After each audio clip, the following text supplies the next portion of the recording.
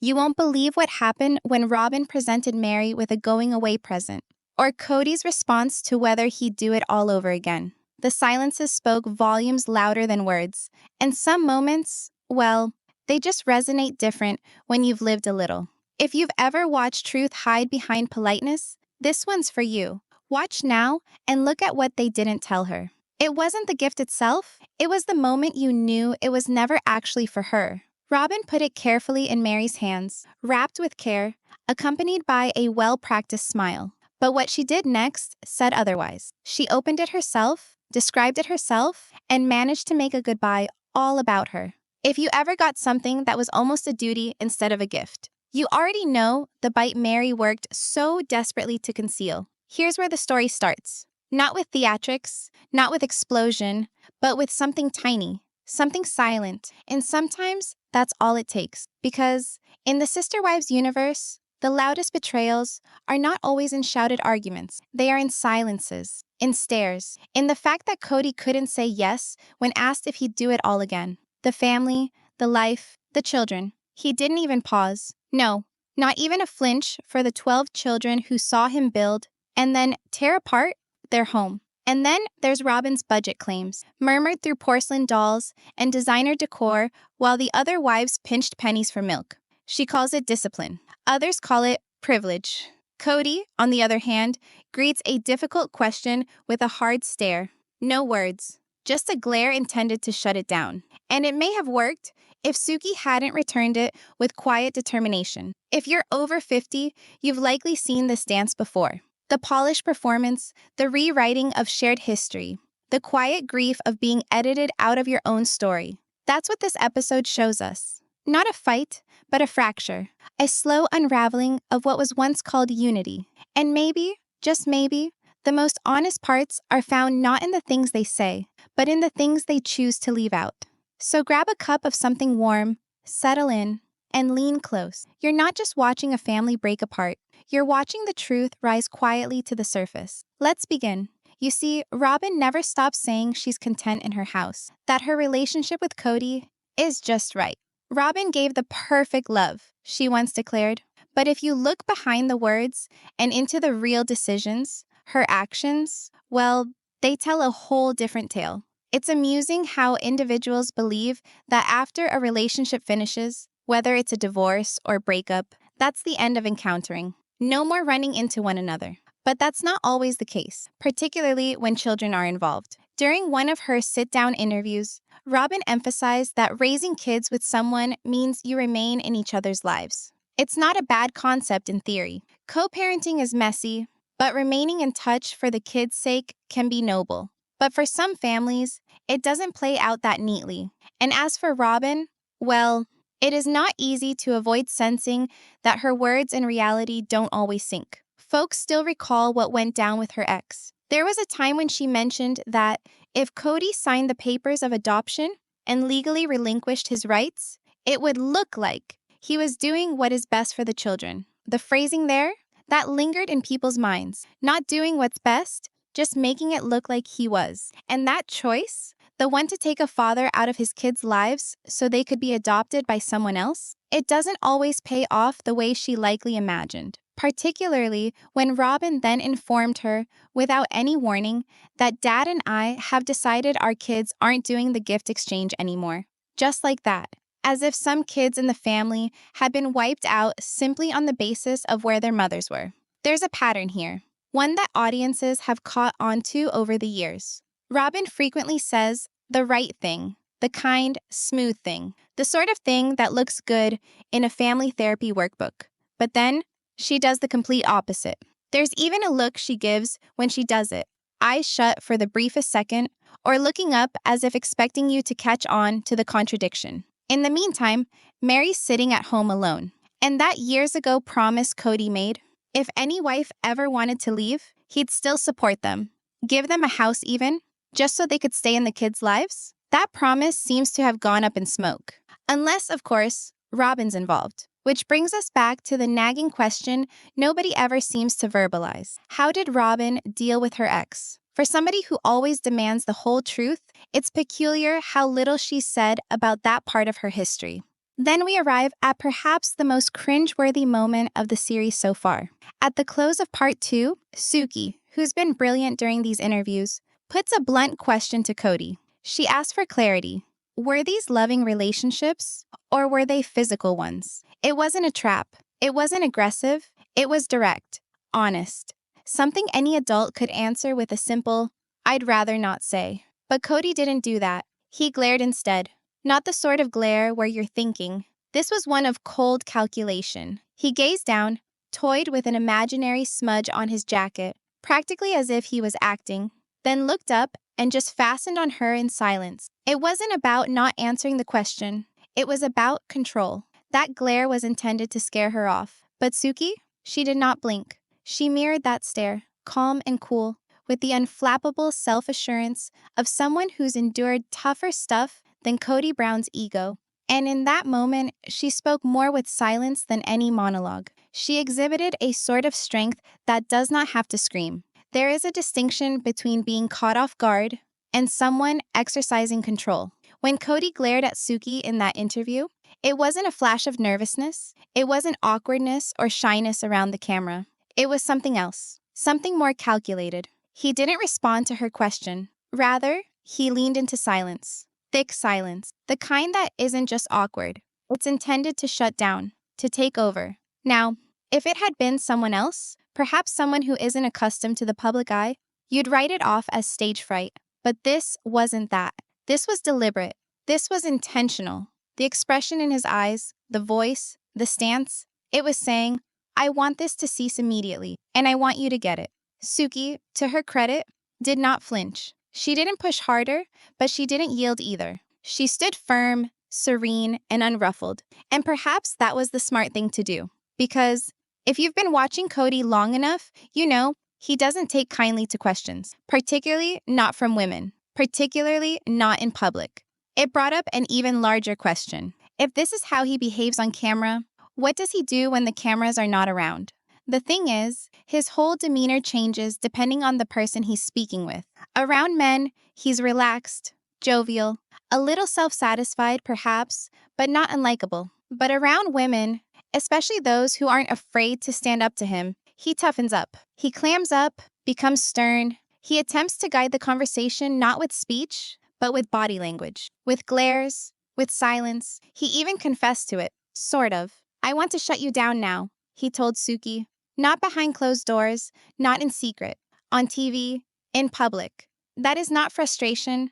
That is control disguised as outrage. It's manipulative and a bit more than a little threatening. And the scary thing? He's being compensated to sit in that chair, provide observations, and speak on behalf of his family. Instead, he scowls at the interviewer as though the questions themselves are an assault. That's what made Suki's calm so powerful. She didn't try to overpower him.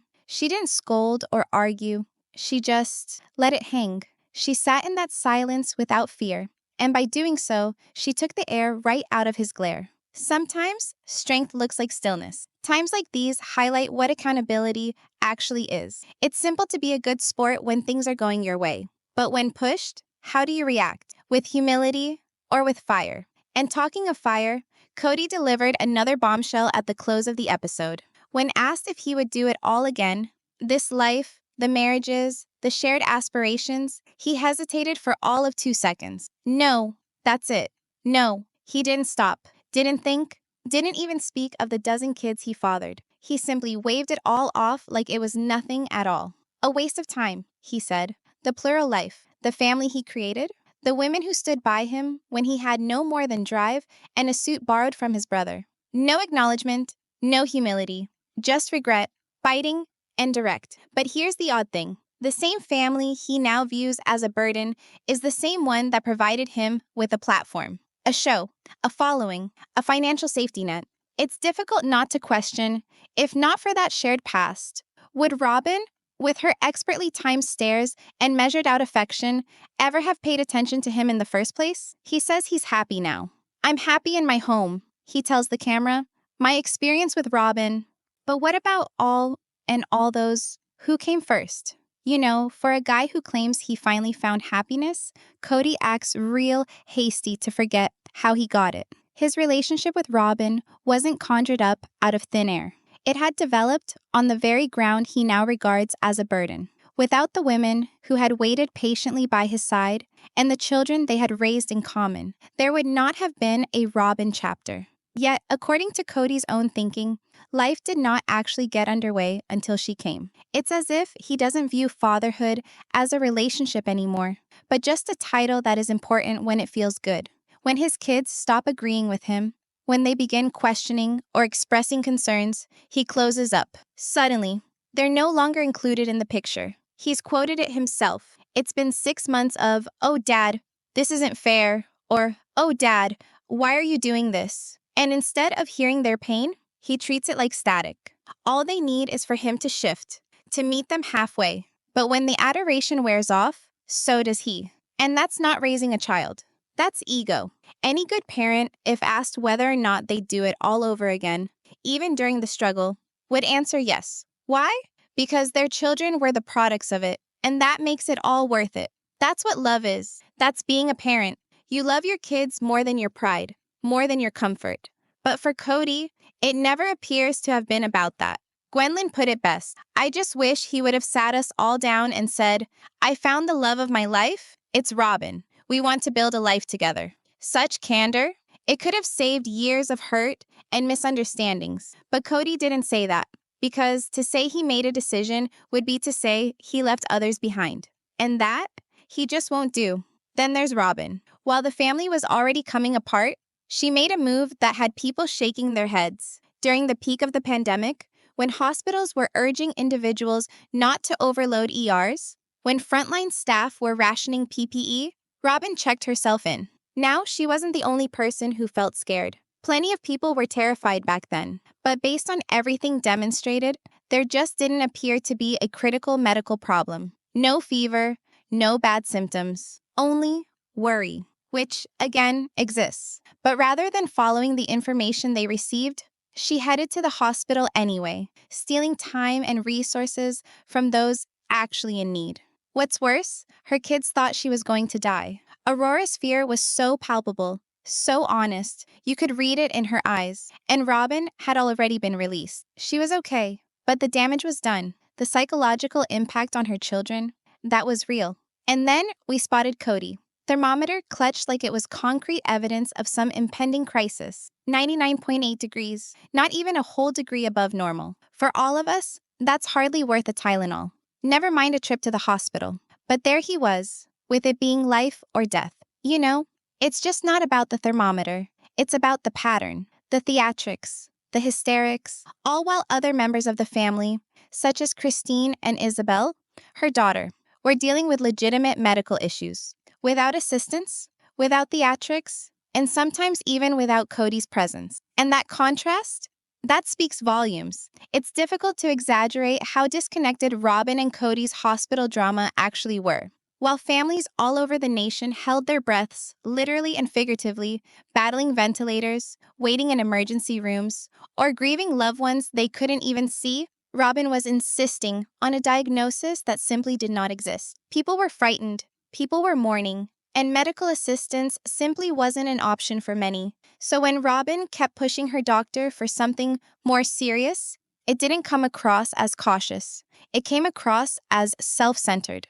According to reports, they eventually told her to go in, not because they feared for her life, but likely just to ease her mind. And even then, it didn't feel like she was hearing them. She needed it to be a crisis. She needed the story to match the drama.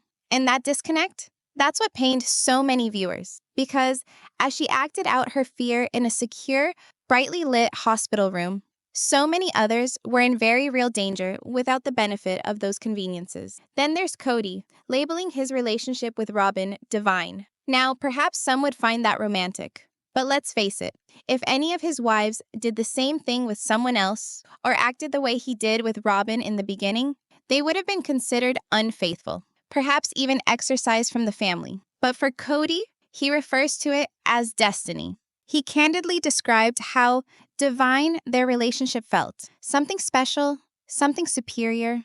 But rather than cultivating that same richness in his subsequent marriages, he confesses he attempted to recapture the feeling, not the relationship. And by his ex-wife's accounts, he never even bothered to try to begin with. Christine and Janelle, even Mary, they all insist it wasn't the same. That from the very beginning, Robyn was treated in a different way. The rest of them were made to just accept this special relationship as usual. But the thing is, they didn't have the whole picture. He assured them they had a voice, that if anyone wasn't okay with it, the courtship of Robyn would end. But how can you truly consent when someone is not telling you the truth? That's not a little white lie. That's manipulation, dressed up in quiet pauses and selective wording. In retrospect, the cracks were in place all along. And compared to the way Mary was treated throughout her emotional internet romance, well, the double standard burns. Mary's actions were called betrayal, but Cody's sneaky glances, covert kissing, and emotional separation from the rest, that was blamed on destiny. Robyn has stated, "We didn't kiss until the wedding because I didn't feel right kissing a married man, but from his other wives." That's just not true. So the question becomes, when do we stop giving someone the benefit of the doubt and start holding them responsible for the story they keep rewriting? It was Robyn's moment to shine, to explain, to defend, to finally pull back the curtain on all those whispers about money and fairness. And what did she deliver then? Budgeting. She said she learned how to take care of her money after her first divorce. That tight-fisted budgeting was what provided her with financial stability. Not favoritism, not special assistance, just plain old discipline. But come on, that line didn't hit the mark the way she hoped it would. Because for everyone who's been following from the beginning, for those viewers who remember how many bills were left Christine and Janelle to contend with, it's difficult to accept that explanation without evidence. Budgeting didn't purchase the fully landscaped yard. It didn't fund the decorative chandeliers or the velvet couches, and it definitely didn't cover the thousands invested in custom doll wardrobes. We're not merely speaking of a handful of collectibles here.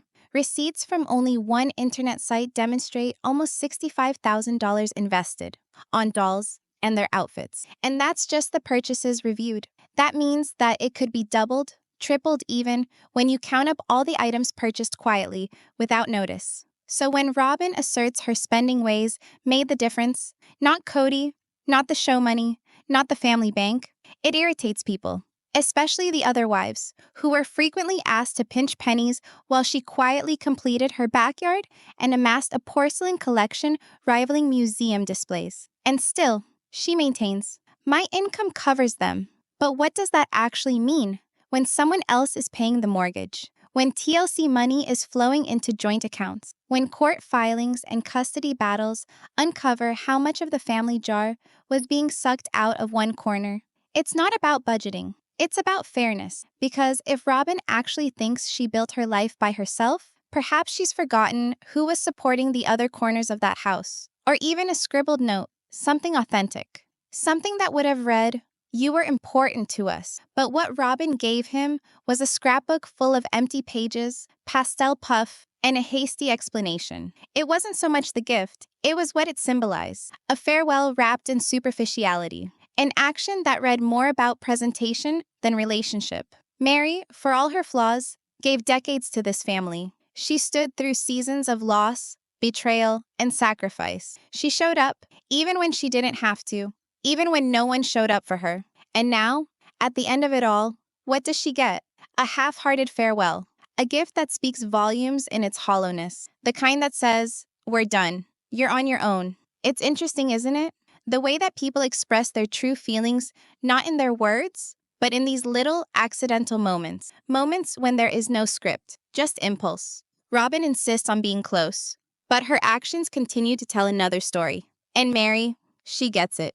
You can tell by the look in her eyes. Not rage, not even disappointment, just reserved acceptance. She knows now what she's longed and suspected years ago. She was never really part of their world. Oh. And maybe that's what makes this moving day so heavy. It's not just boxes and bubble wrap, it's a reckoning. A final confirmation that love in this family always came with conditions. That being loyal wasn't enough. That being first didn't mean you'd matter last. As Mary walks toward the door, her door, there's no grand send-off, no shared memory montage, no tears from the people who once promised forever. Just a diary full of empty pages, and the burden of all of that might have been written. It's difficult to get around the sense that the whole scene was staged, not for Mary, not even for closure, trying to get it on camera. Would Robyn have arrived, present in hand, if the crew wasn't rolling? Would Cody have dropped by to offer aid if there were no optics to control? Likely not. The moving van, the perfectly planned goodbye, the ridiculously sentimental moment with the present, it was all contrived, staged practically. Because, come on, it takes more than two individuals and a hope to pack up an entire house. Most of the actual work probably went down behind the scenes. What we got? Just the ceremonial goodbye. But even symbolism requires authenticity. And that's where everything fell apart.